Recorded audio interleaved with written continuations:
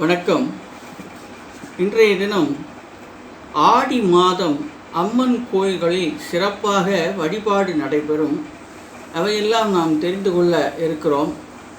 நம் சமய மரபில் தாய்மைக்கு பெரும் மதிப்பு உண்டு. அம்மனுக்கு தனி ஆலயங்கள் உண்டு. ஆண் தெய்வங்களுக்கு கோயில் உள்ளது போல அம்பாளுக்கும் தனியாக கோயில்கள் உண்டு.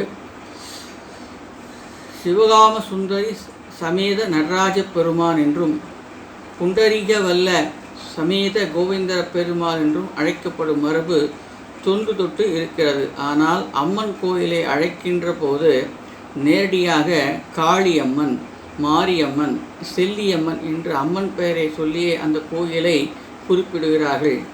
தமிழகத்தில் ஏராளமான கோயில்கள் இருந்தாலும் கூட ஒவ்வொரு கோயிலும் ஆண்டில் ஏதாவது ஒரு சில தினங்களில் அல்லது மாதங்களில் விழா நடைபெறும். ஆனால் ஆடி மாதத்தில் மட்டும் தமிழகத்தின் பெருங்கோயில்களில், கிராமத்து கோயில்களிலும் ஆடிப்பெருவிழா மாதம் முழுவதும் நடந்து கொண்டு இருக்கும்.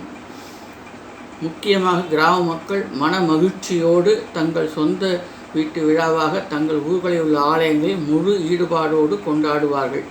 முளைப்பாரி எடுத்தல், செடல் எடுத்தல், கரகம், தீச்சட்டி எடுத்தல், மாவிளக்கு, பால்குடம், பூக்குழி என எத்தனை விதமோ அத்தனை விதமாக அவர்கள் ஆடியிலே விழா நடத்துவார்கள்.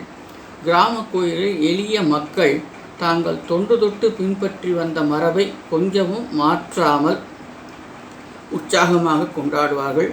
தாங்கள் உண்ணும் எளிய உணவையே அம்பாளுக்கு படைத்து தங்களுக்கு தெரிந்த பாடல்களையே தாலாட்டு, ஒப்பாரி என்று விதவிதமாக பாடுவார்கள். எந்த ஆகம விதிகளும் அந்நிய மொழிகளும் அவர்களுடைய ஈடுபாட்டிலும் வழிபாட்டிலும் குறுக்கிடவில்லை. அம்மனை தங்கள் குடும்பத்தில் ஒருத்தியாக, தங்கள் தாயாக, மகளாக, தங்களுக்கு துணை நிற்கும் காவல் தெய்வமாக கருதுகின்ற அந்த பிணைப்பு ஆடி மாத திருவிழாவில் துடிப்பாக இருக்கும். அதுவே இந்த விழாக்களில் சிறப்பாக இருக்கும். இவையெல்லாம் ஆடி மாதத்திலே பெரும்பாலும் நடைகின்ற அம்மன் விழாக்களை குறிப்பிடுகிறது என்பதை தெரிந்து கொண்டோம். நன்றி.